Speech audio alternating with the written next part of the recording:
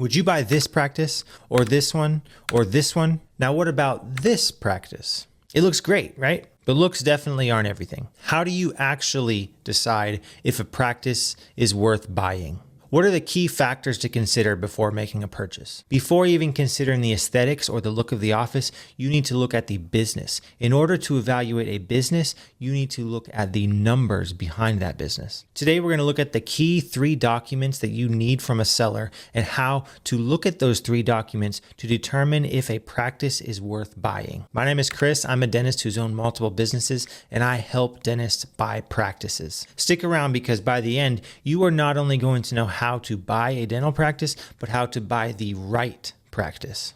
You want to make sure you're doing this right. Buying a dental practice is going to be one of the most expensive purchases you're ever going to make, and it is probably the one decision that's going to have the biggest impact on your financial future that you could possibly make. I've taken the complex process of evaluating a practice and tried to simplify it down into a PDF document that you can download for free at my website. It's going to go into more detail than we're able to here, and it's also going to give you examples and concrete numbers that you can look at as you evaluate practices. The practice evaluation checklist is available as a free download at practiceown.com. That's practiceown.com. I'll also put a link to it in the description. I recommend you download it and you can follow along as you watch or listen to this. Have this document available so that next time a practice comes along, you can go back and reference the document to determine if this is a practice that you want to buy. All right, so let's get started on the 3 documents and pieces of information that you're going to need when initially evaluating a practice. Now, the first and most important document that you're going to come across when you're looking at buying practices is going to be the profit and loss statement. Put simply, a profit and loss statement is a document that shows for a given period of time how much money was made, how much money was spent, and what was the profit from that. Generally, when buying a dental practice, you're going to want to get this information in some sort of standardized format. Generally, we put it in a 1-year time period, and you want to look at the last 3 to 4 years, ideally, for this practice that you're looking at. So the key components of a profit and loss statement, or P&L, are gross revenue, operating expenses, and net income. Gross revenue is just all the money that's coming into the practice. In a dental practice, that's primarily going to be from patients paying for procedures and from dental insurance companies. Expenses are going to include payroll, rent, lab fees, supplies, administrative costs, etc. And once you subtract all those expenses from your gross revenue, you're then going to have your net profit. Net profit is the amount of money that the business owner gets to keep for owning the business. Now, in real life, a lot of dentists have various strategies that they use to try to pay less in taxes,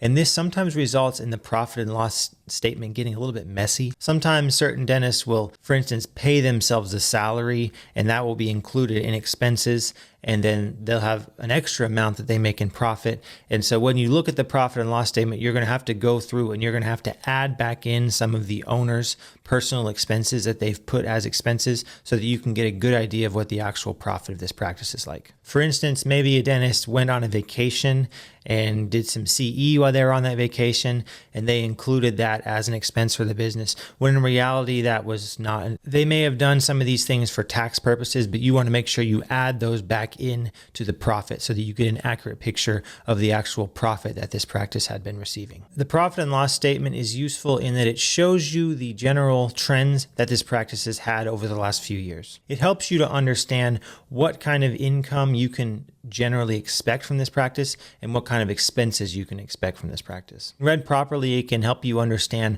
where the majority of the expenses are going in this practice, and it can give you a benchmark of the financial health of the business. In the practice evaluation checklist, I've included a sample P&L that will show you some industry standards for some of the various expenses like staff payroll and rent and lab costs and supplies, things like that that are kind of generally standardized across the industry. Now, there's going to be lots of different exceptions. If it's a practice that uses CIRAC, there's going to be a lower lab fee, but there's going to be higher equipment costs, etc. But this gives you a general idea of what some of the industry averages are. So I recommend you download that PDF when you follow along with this video or podcast. Overall, the P&L is useful because it helps you forecast what the future profitability of this practice is likely going to look like. You want to make sure that when you're looking at a practice, you understand how to read the profit and loss statement. Ideally, try to look at as many different practices as you can so you can get experience looking at lots and lots and lots of different P&Ls so so that when you come across a practice that is the one that you want to buy, the one you want to go forward with, you've already had experience looking at multiple practices and understanding these numbers and seeing how different numbers do these types of reports differently. Because different practices are going to have different ways of running the business. Different accountants are going to have different strategies that they use for optimizing taxes for the selling dentist. And so you want to understand how these documents work, and you want to see multiple different versions of these documents from different locations so that you can get a broad understanding of the topic. Now, hands down, the most important number on the profit and loss statement is the total revenue. It's important to recognize that the expenses of the business are generally easy modifiable by the buying dentist. Things like lab costs and marketing expense and supply costs, etc. Those are all determined by how the previous dentist had been running the business. When you come in, you can bring in smarter practices. You can do things new, better ways where you can lower those costs down. So I wouldn't focus on the expenses too much. The only two expenses that you really want to look at when you're looking at a P&L is going to be the payroll expense and the cost for rent or the mortgage expense for the actual facility. While over time you can get those staff costs under control, you're not going to want to come in when you first buy this practice and lower people's salaries, because they're not going to take that and they're just going to leave. And you want to try to keep as many of those staff as possible during the transition. Your goal is to get staff costs to be 25 to 30% of your total revenue. If you are looking at a practice where the staff costs are significantly higher than that, it definitely can pose some significant problems.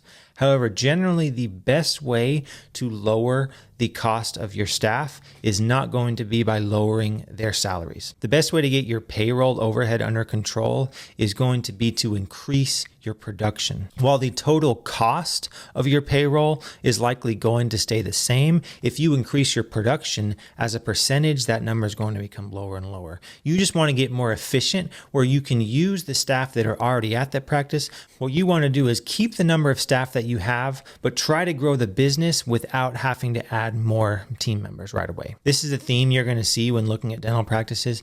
The best thing you can do is almost always to raise revenue. It just makes everything easier. The second cost to look at is going to be the rent or the mortgage on the building, because that's generally a number that is not going to be able to be modified. When you first take over a practice, you're going to want to stay in that building at least for a few years, because you don't want to move right away, because then the patients are going to be confused. You want to make sure the patients have built a relationship with you before you try to move to a different office. So you're going to have to stay in that building at least for a while. Ideally, you don't want to pay more than 5% for rent, although sometimes that number can go up to 10%. But if you're paying more than 10%, that's too expensive. With that being said though, don't not buy a practice because the rent percentage is more than 10%, because oftentimes, once again, if you increase the revenue that you're generating at this practice, that percentage is going to go down. Rent is generally not going to increase as you increase the size of your business. Rent's going to stay the same. If the selling dentist is producing $500,000 a year and rent is 10% of his production, if you come in and produce $1 million, now rent's only going to be 5%. So increasing revenue is always going to be your best bet. All right, so now that we got expenses out of the way, the most important thing to look at on a P&L is the revenue.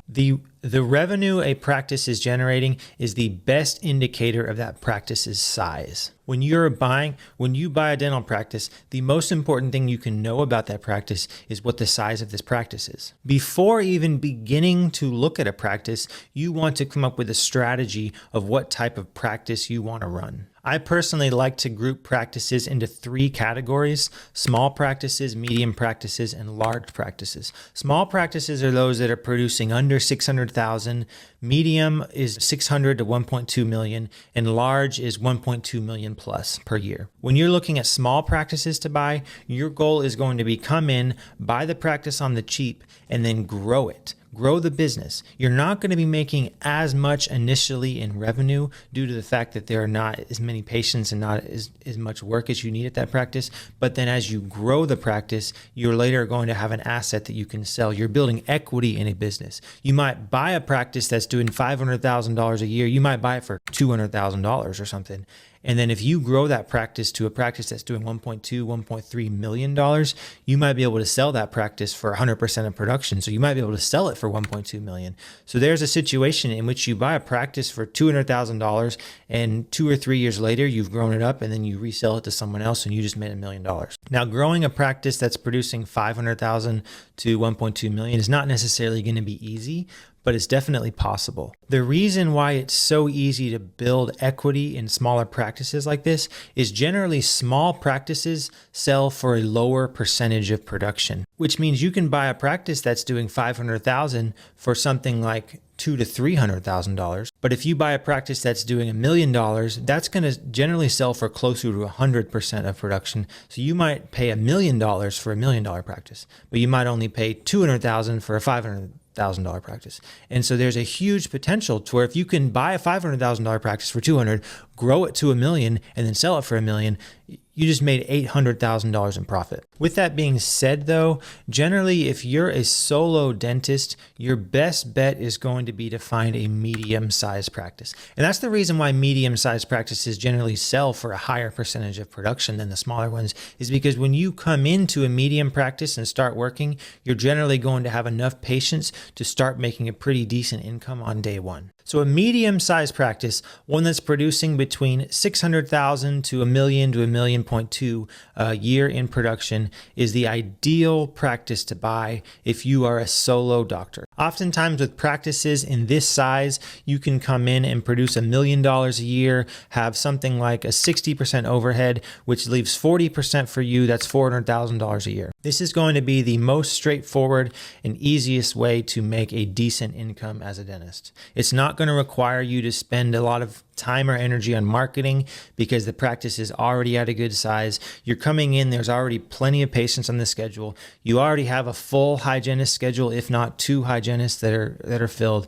You have a decent number of patients, you have treatment to do. You come in, you get to work, and you start making money on day one. The downside with these types of practices is that because they are more in demand, you're generally going to pay a higher price for practices in this range. Luckily, you're going to find a bank that's going to finance 100% of this purchase price, if not more, so that as you work and you're making, $400,000 or $500,000 a year, it's easy to spend the $50,000 or $60,000 a year to pay back that loan. Now, the final category is large practices. Those are the ones producing $1.2 million plus per year. These types of practices, they're going to have to be run as a group practice. You're going to have associate dentists that are working at that practice alongside you. Maybe the selling dentist wants to stay on for a while, and you can keep that selling dentist on until you find an associate. But you're going to need to keep in mind, trying to produce more than $1.2 million per year as a solo dentist is going to be exhausting, and you're going to get burnt out most likely.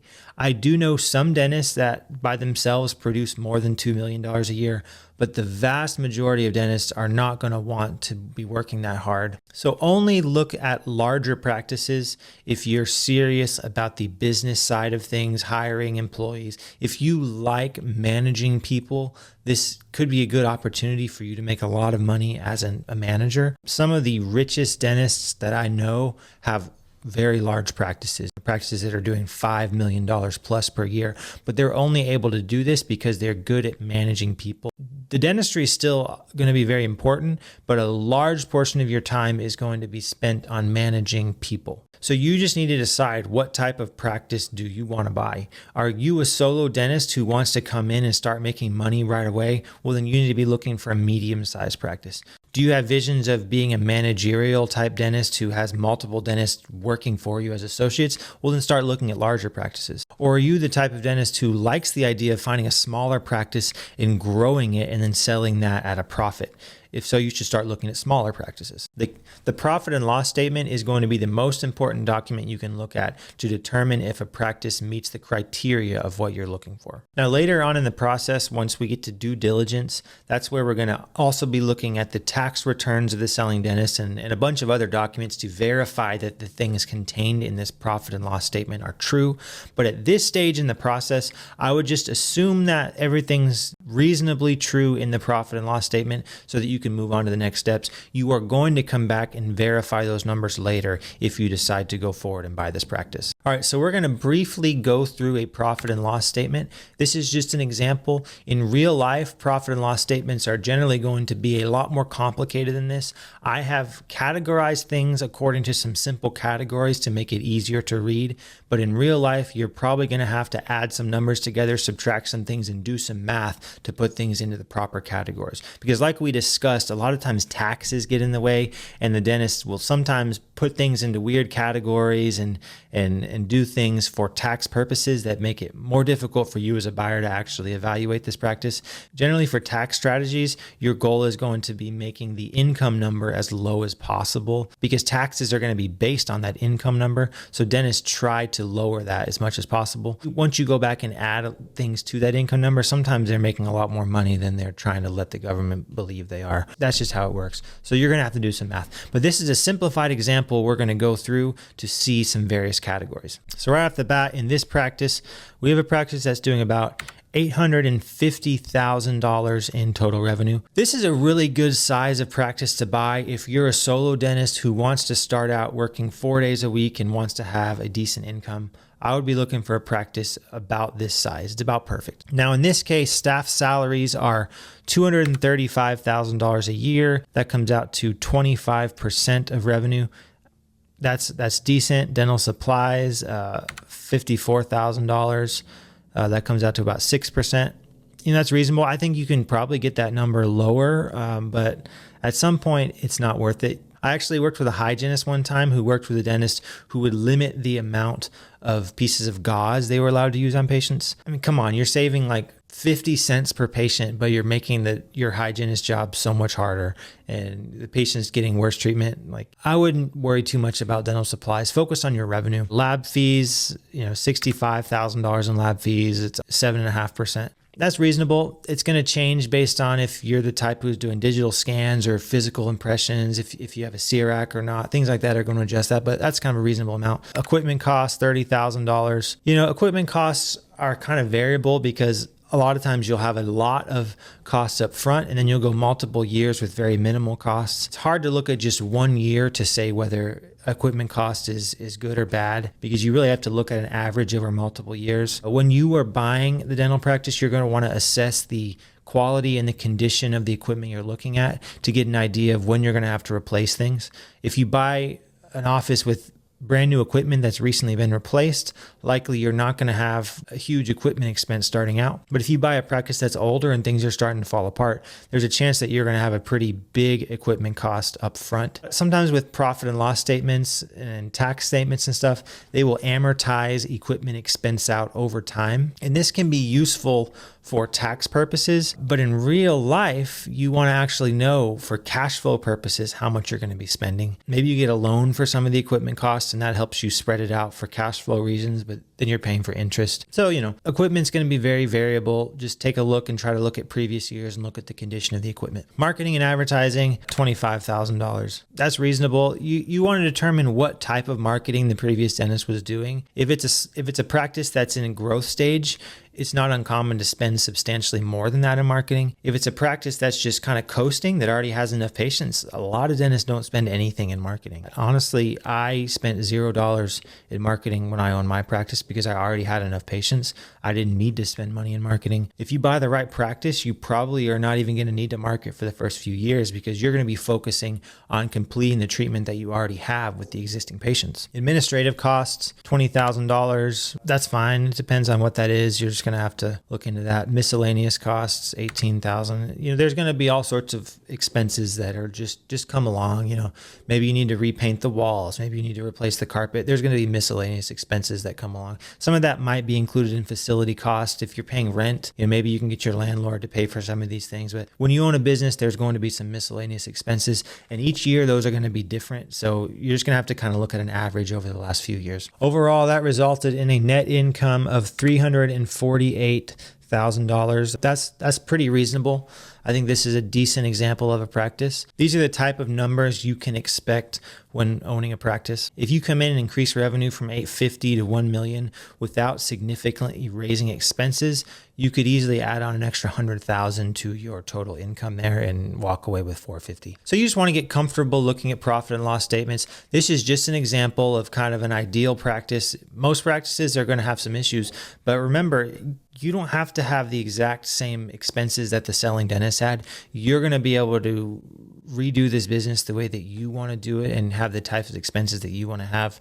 And so look at the staff expenses, look at the rent expenses, but the rest of the expenses I wouldn't worry too much about. Look at the revenue. Revenue is the most important. All right, the second thing that you're going to want to know about a practice before you buy it is how many patients are at the practice. What is the active patient count? Now, in order to find the active patient count for a dental office, you're going to have to go about this a few different ways. Some practice management softwares will actually export a document called the active patient count, and that can actually be pretty helpful. It gives you a very good idea, but you want to actually verify what those numbers mean and what they are. Sometimes a practice broker will just say, well, the active patient count is blank, and they don't really give you a reason how they came up with that number. So you want to verify that that number is actually accurate. The number of patients that are at a practice is the number one determinant of what the revenue of that practice is going to look like. You want to make sure that this practice has a healthy, active patient base that's growing over time. You want to make sure that the hygiene schedules are full and that there's plenty of patients available on the schedule when you walk in so that you can find treatment and get to work. The higher the active patient count, the more valuable that practice is going to be to you. Typically an active patient is going to be someone who's had treatment or been in for a cleaning within the last 18 to 24 months. Sometimes patients will come that haven't been in within a few years, but for the most part, your active patients are going to have been seen within the last 18 to 24 months. So there's a few different ways that you can estimate the active patient count. The first way is going to be ask the seller if they can export a report from their practice management software. Some softwares have this, and you still need to verify that that report is accurate, but it's going to give you some data that you can dive into and look and see how many active patients there are. Number two is going to be looking at the schedule. Ideally, you want to log into the dentist's computer and see their charts, and you want to look back over the last year and see what kind of patients was this dentist seeing. You find a month and you go through and you count how many patients came in that month, and then you just multiply that by 12. There's lots of ways, but if you look at this schedule, you can get an idea. And then you want to look forward and you want to see how many patients are scheduled for their hygiene recalls. Patients that are on the hygiene recall schedule, those are going to be your most valuable patients. Those are the patients that are going to be returning that you're going to be seeing when you buy this practice. So you want to make sure that the future hygiene schedules are filled with patients. Generally, practices that have well-managed hygiene schedules are going to be the types of practices that have lots of patients. You can also get a decent estimate of active patients based on how many hygienists are at the practice and how many days those hygienists are working. A full-time hygienist is generally able to service something like 800 to 1,000 patients. So if a practice has one full-time hygienist and one part-time hygienist, you might be able to estimate, well, the full-time hygienist is probably seeing about 1,000 patients and the part-time is probably seeing 400 patients. So this practice probably has something like 1,400 patients. The practice has two hygienists and both of those hygienist schedules are filled, then you can estimate, well, this practice is probably has active patient base of 1,600 to 2,000. Finally, if you can find any information on the patient retention rates at a practice, for instance, how many patients are rescheduled, then that can also be an indicator of the health of this practice. When you become an owner and when you take over a practice, probably the number one metric that you're going to want to focus on growing is your patient retention rate. You want to make sure that the patients you have are staying and are rescheduling and are coming back for treatment. So if the previous dentist is doing anything to track patient retention rates, that's a very good sign. Now, there are some red flags to look at when buying a practice. Number one is going to be inconsistent patient flow.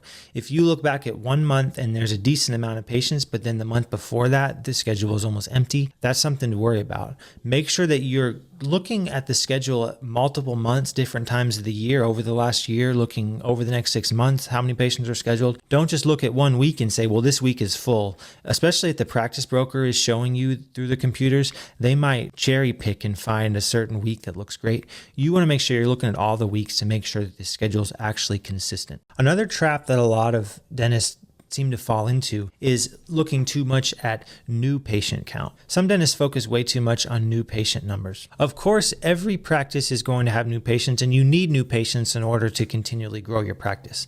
However, if a practice is too reliant on new patients, sometimes that means that they're not doing a good job at retaining the patients that they already have. You want to try to find a practice that's spending very little on marketing and doing very little effort to bring in new patients, because that's something that when you come in, you can start doing some marketing and you can start bringing in new patients. You want to find ways that you can grow the practice. If the dentist that's there is already working super hard to do marketing and bring in new patients, and they're continually losing patients, that's not a good sign. So overall, second only to revenue, active patient count is the second most important number that you're going to need to know when you're trying to evaluate whether a dental practice is worth buying. A profitable solo dentist is generally going to need to have between 1,200 and 2,000 active patients. This kind of range is enough to make sure that you're having enough treatment to keep your schedule busy, and also enough to keep 1 to 2 hygienist schedules filled. If you're trying to build a group practice where you have associate dentists working for you, obviously you're going to need even more active patients. But as a solo dentist, you want to have somewhere in the range between 1,200 and 2,000 patients. All right, the third document that you want to look at when you're buying a practice is going to be the income by procedures report. This is a document that practice brokers don't always give you right away, that you have to ask for. If you're not a dentist or an office manager, you might not really understand what you're looking at on one of these documents. While some of the other documents like the P&L might be able to be understood by an accountant or a lawyer, when you're looking at the income by procedure report, this is something that only a dentist is really going to fully understand. So you personally need to make sure that you are looking very hard at this report. The income by procedure report provides critical insight into exactly what type of procedures were being done by the selling dentist. This report will help you understand the practice's profitability and where that money is coming from. Ideally, you want to try to get the last few years of these reports so you can see if things have changed. And there are a few red flags that you want to look out for when you are looking at these types of reports. Ideally, you want to find a dentist that has been slowing down clinically in the last few years. There are two primary reasons that dentists will sell practices. The first reason, and this can be dangerous for the buyer, is that the dentist is trying to make a profit. If the dentist over the last year has dramatically increased the amount of crowns or other types of procedures that they were doing, this can be a bad sign. Sometimes a dentist will increase what they're doing to try to make that last little bit of money before they retire, and then try to increase the value of the practice that they sell. Some practice brokers will actually come in and recommend to the selling dentist, try to treatment plan as much as you can over the next 6 to 12 months so that you can sell this practice for twice of what you would be able to sell otherwise. And that can be dangerous, because what will happen is you as a buyer will come in, and a lot of the patients have just been treatment planned like crazy and they don't have any work that needs done. And some patients are going to be upset because the dentist leaving just did a bunch of work and then just left. That can be kind of dangerous and kind of risky for you. So you want to make sure that you're buying from a dentist that ideally has been slowing down towards retirement. Some of the most profitable acquisitions I've seen are where the previous dentist had been slowing down and hadn't been treatment planning, and maybe his vision had been getting a little bad, and maybe the x-ray machines weren't really working, so the dentist hadn't really been taking that many x-rays. And at first glance, you might say, well, that's not a good sign that production had decreased over the last few years. But the key is if you can find a practice where the active patient count had not decreased, but production has decreased, that's a very good sign, because that means that the practice still has a lot of patients, but the patients have work that needs done. So when you're looking at this income by procedure report, go through and look at how many crowns the dentist has recently done, how many large fillings versus small fillings. If the dentist is doing a lot of MODBL amalgam restorations, that's a great sign, because those teeth are likely going to need crowns soon. Those teeth are going to break, they're going to fracture, there's going to be recurrent decay, and you're going to be able to come in and do crowns on those teeth, which is a much higher procedure than just doing a filling. I like to go through and add up all the large fillings, 3 surfaces or more, and then compare those to all the crowns added together. And this will give you a ratio of large fillings to crowns. A high filling to crown ratio is a good sign, because that means that there's going to be more crowns crowns needed when you take over the practice. If the dentist had been doing a lot of crowns, which means a low filling to crown ratio, that's a bad sign because possibly the dentist had been over treatment planning crowns, and you're going to come in and there's not going to be enough work for you. Now, another reason you want this income by procedure report is going to be so you can look at the hygiene schedule. Looking at this report is going to be one of the easiest ways to determine the active patient count, because you can see how many patients came in for exams, how many patients came in for cleanings. You can look at scalings. Is the dentist doing scalings, or have they only been doing prophies? Because that's a huge growth right there, as if some patients need scalings. Ideally, you want to find a practice that in the most recent years has a much higher percentage of hygiene production than doctor production. If you can find a practice where 30-40% of the income is coming from the hygiene department and a smaller percentage is coming from the dentist doing work, that is a great sign, because that means that there's going to be work that's going to need done when you start out. However, if you come in and the hygiene section is small, let's say 10%, and 90% of the work is coming from the dentist doing a bunch of crowns and fillings and Invisalign right before he retires, that's a bad sign. And then finally, when you're looking at these reports, you want to get an idea of how many specialty procedures is this dentist doing. Are there certain procedures that the dentist has been referring out that you can do? Because right off the bat, that's a way to increase production. Or there's some things that this dentist has been doing a lot of that you don't either feel comfortable doing or just don't want to do and don't want to learn how to do, because that can be a bad sign, because you're going to lose the production from those procedures. If the dentist, for instance, has been doing a lot of root canals and you don't like doing root canals, that can be a bad sign. If, however, the dentist hasn't been doing any Invisalign and you like to do Invisalign and clear aligners, then that's a huge profit increase right there. So make sure that you're carefully reviewing this income by procedure report. Finally, another reason that I love this income per procedure report is you can get an idea of how much money the dentist is making per procedure. You can get an idea of what he's charging for various procedures, and this is a good way to really get a good understanding of what's actually happening in the practice. So overall, if I could only have one document to evaluate a practice, this would be the document I would ask for,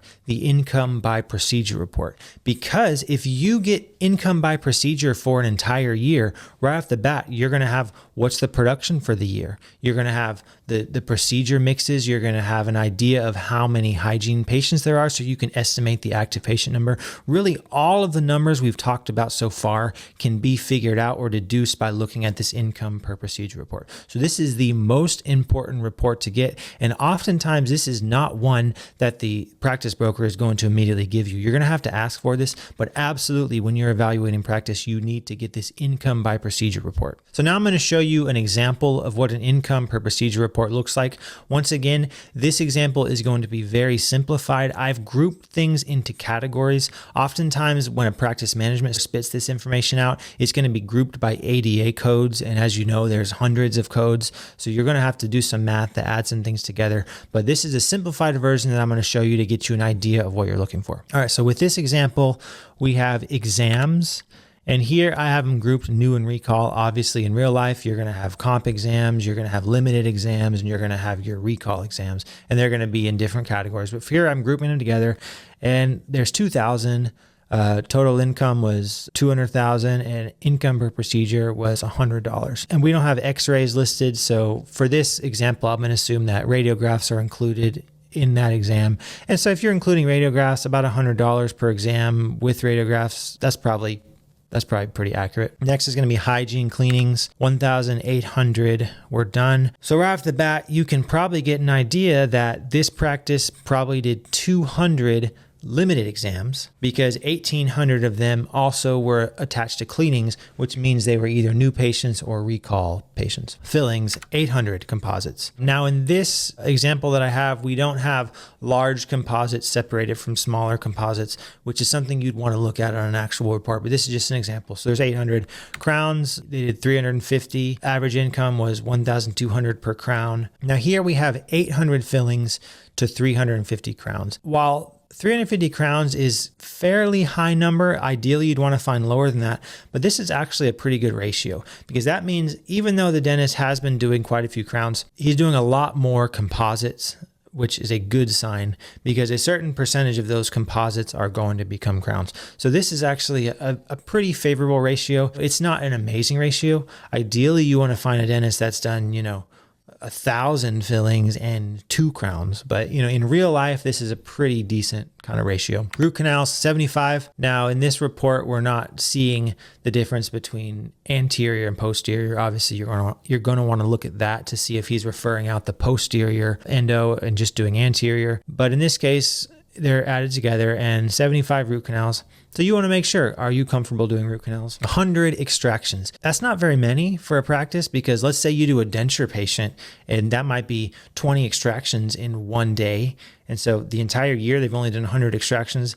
That's pretty low. If you're looking at a full report, you can look at how many of those were simple extractions, how many were surgical, how many of those were wisdom teeth. Do you feel comfortable doing wisdom teeth? Are you going to refer those out, etc.? $100,000 of the income from this practice is from implants. So you want to make sure that you know how to do implants if you're going to take over this practice. Now, if you haven't done implants yet, I wouldn't necessarily be afraid to buy this practice because they're honestly easy to learn. You can take a course and learn how to do implants and you start doing implants. So I wouldn't run away, but just make sure that you want to do implants because this dentist is doing implants. All right, so I hope that gave you an idea of the 3 main documents that you want to look at when you're buying a practice. You want to figure out what's the revenue of this practice, what's the size of the practice, and you want to be looking at what kind of active patient count this practice has. And then ultimately you want to look at the procedure mix and see, is this the type of practice that I want to buy and am I going to be able to continue the procedures that the selling dentist was doing? And has the dentist been doing any type of silly things to try to increase his revenue over the previous years, or has he been slowing down and there's going to be a lot of potential for new patients? These are the kind of things you're looking for.